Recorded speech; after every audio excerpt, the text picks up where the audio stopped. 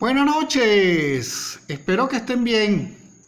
Hago este contacto con ustedes para aclarar algunas dudas que me han estado planteando por el grupo.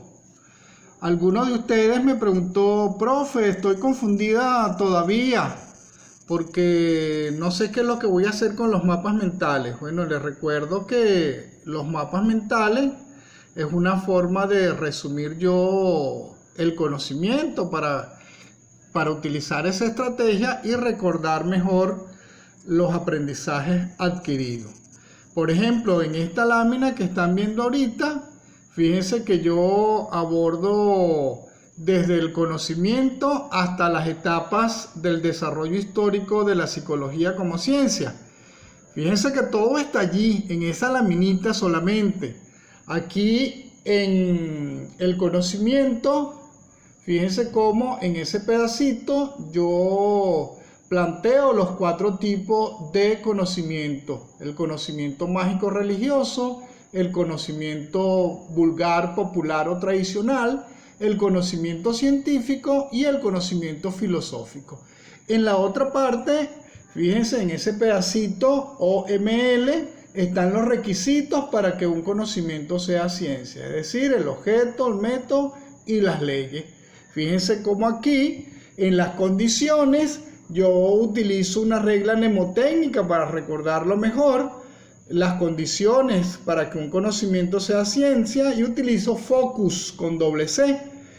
F de falible, O de objetivo, la primera C de claros y precisos, la segunda C de comprobables o verificables, la U de universales y necesarios y la S de sistemático.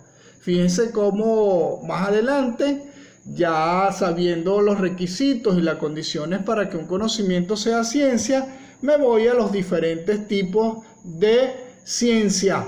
Ya más adelante les voy a mostrar una lámina sobre eso.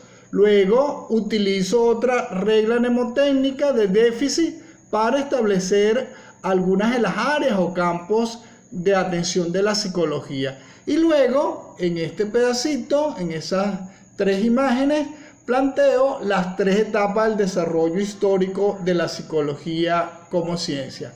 Fíjense en esta otra lámina cómo yo, a través de los requisitos, establezco una relación ahí de las 3 etapas del desarrollo histórico de la psicología como ciencia, del objeto, método y las leyes, y planteo, por supuesto, los representantes de cada una de las diferentes etapas, así como las escuelas psicológicas en el caso de la tercera etapa o la transición de la segunda a la tercera, y el fortalecimiento de la escuela psicológica, de las escuelas psicológicas en el caso de la tercera etapa.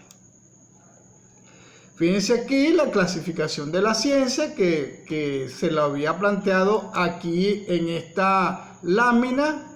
Aquí los diferentes tipos de ciencia, y entonces aquí la formal o ideal, la fáctica, las puras, las aplicadas, las exactas, las humanas, las naturales y las sociales.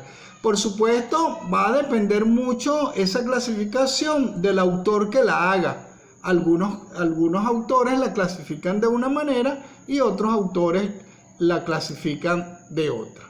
Fíjense en esta lámina que algunos la estaban confundiendo con las leyes de la tercera etapa. Aquí se plantean las posiciones de las ciencias. Entonces, ¿qué posición asume cada una de las ciencias para abordar el objeto de estudio? Fíjense en el caso de la ciencia, de la posición naturalista, que son ciencias de la naturaleza, son ciencias muy objetivas. Ahí todavía la psicología no se pensaba que era una ciencia y no la consideraban una ciencia, porque hablábamos de la química, la física, la matemática, entre otras. En el caso de la posición historicista, describe de alguna manera el comportamiento humano, pero se parcializa solo en eso. Así como la naturalista es objetiva, es muy concreta, en la historicista es una posición muy descriptiva. En cambio, la posición antropológica relaciona tanto la naturalista como la historicista. Entonces, aborda al ser humano desde una perspectiva muy integral. Este cuadro que viene a continuación ya ustedes lo conocen. Fíjense, ya yo se los había pasado como parte de una de las asignaciones. Y aquí voy a reflejar una cosita.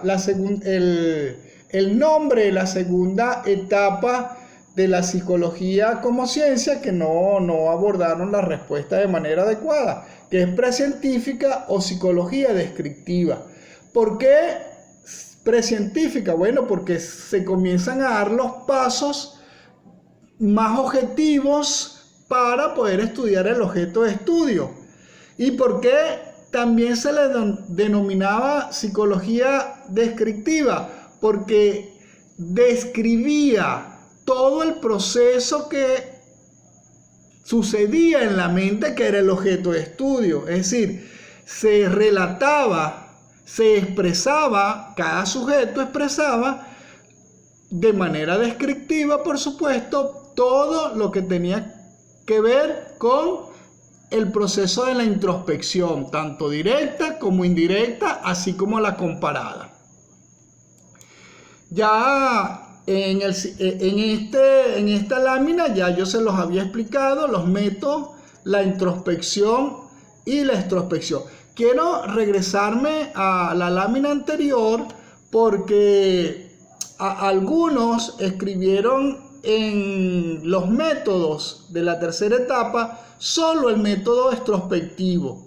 Ahí no solamente es el método extrospectivo, sino también el método introspectivo. Es decir, se conserva el método introspectivo de la psicología prescientífica y se anexa, se adiciona la extrospección, que es un método de observación más confiable. ¿Por qué? Porque se puede observar, se puede identificar la conducta que tiene el sujeto. ¿Y por qué se conservó la introspección? Porque eso que yo observaba lo verificaba al preguntarle al sujeto qué era lo que estaba pasando con él.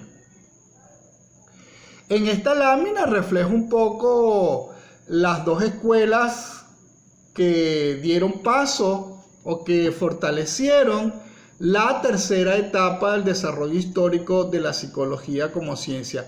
Ya en alguna ocasión les había dicho yo que las escuelas filosóficas surgieron entre la segunda y la tercera etapa. O sea, a finales del siglo XIX surgen esas escuelas filosóficas, el estructuralismo, el empirismo y el funcionalismo. Y ahí están sus diferentes representantes. Algunos me preguntaba en alguna ocasión si no era correcto colocar algunos representantes de esos como iniciadores de esas etapas. Bueno, de hecho sí, solo que de diferentes escuelas. Fíjense aquí en el caso de las escuelas psicológicas, como tenemos al conductismo, el representante principal, el psicoanálisis Sigmund Freud y la Gestalt. En el caso que esto era lo que estábamos abordando últimamente en el grupo, lo de los encuadres. No hay duda que las respuestas que daban ustedes de alguna manera tenían su razón de ser, solo que el encuadre es lo que yo voy a tomar en cuenta para evaluar la conducta del individuo. En el caso del encuadre histórico, yo estudio el pasado de ese sujeto. ¿Qué pasó ese sujeto en el pasado? ¿Qué conducta ha tenido en el pasado? Para entender la conducta del aquí y el ahora. Es decir, estudio su historia, pero me quedo allí, estudio la historia, la identifico y me quedo en su presente, sin dar mayor respuesta. En el caso del encuadre situacional, fíjense que en el cuadro histórico yo tomo en cuenta tanto el pasado como el presente. En el situacional, pero allá en el histórico me quedo más con el pasado. en el situacional tomo tanto el pasado como el presente, pero hago énfasis en el presente, es decir, cómo me siento ahora, qué está pasando conmigo ahora. Por supuesto, ¿por qué me apoyo en el pasado? Porque ese sentirme de ahorita tiene que ver con mi pasado. En el caso del encuadre prospectivo es ¿qué debo hacer yo con mi conducta de ahorita para cambiarla? Es decir, ¿qué debo cambiar yo de mi conducta para el futuro si quiero lograr los objetivos que ando buscando, que deseo, que me sugieren, que me exigen? Y en el caso del encuadre de la continuidad genética, lo que hace es englobar el encuadre histórico, el encuadre situacional y el encuadre prospectivo, es decir, es una evaluación integral de la conducta del sujeto. Si yo quiero saber del sujeto, reviso su historia, cómo ha sido su comportamiento en el pasado, reviso el encuadre situacional, es decir, cómo se siente él aquí y ahora, qué está pasando con el aquí y el ahora de ese sujeto y qué debo modificar yo de ese sujeto para que él cambie su comportamiento. Más adelante, entonces aquí reflejo, ya eso lo contestaron ustedes muy bien, las diferencias entre psicología y psiquiatría. Tenemos aquí las diferentes, algunas de las áreas o campos de atención de la psicología, por ejemplo el marketing y la publicidad, el área industrial, organizacional, empresarial, el área educativa o escolar, el área deportiva,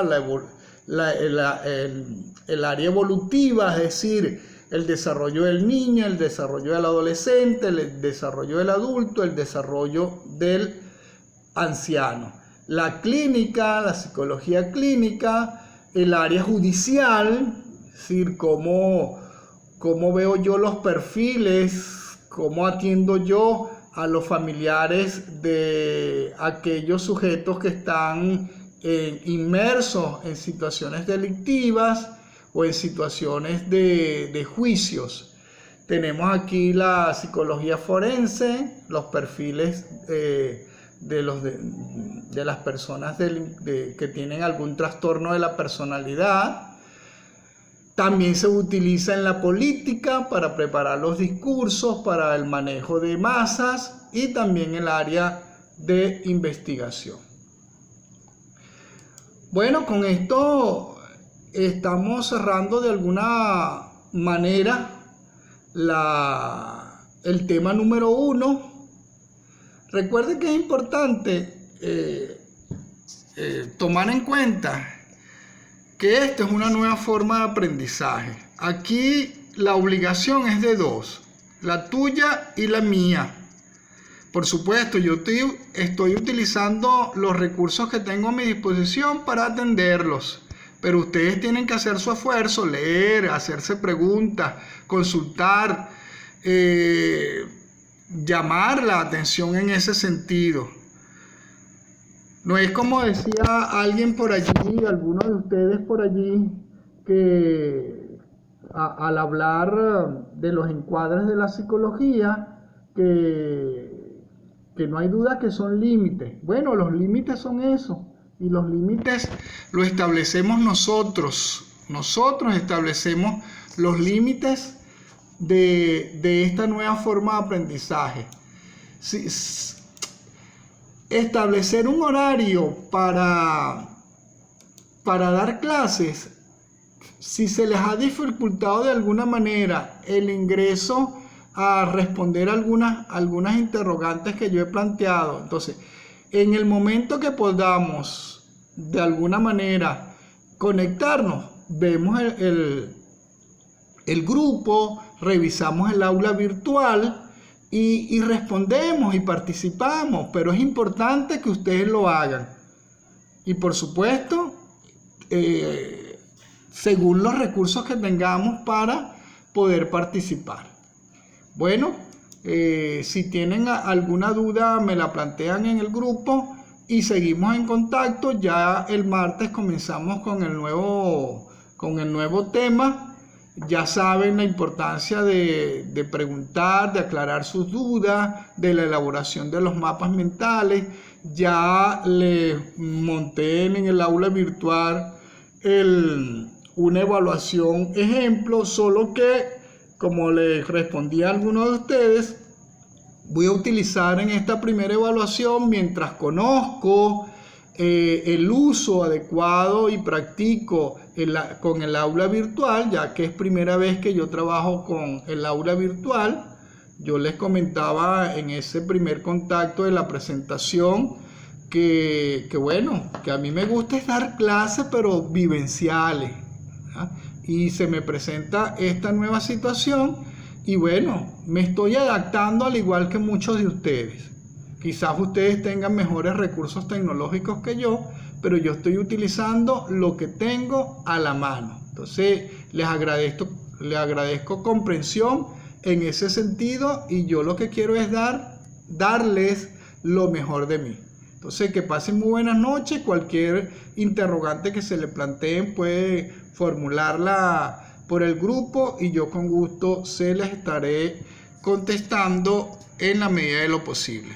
Buenas noches.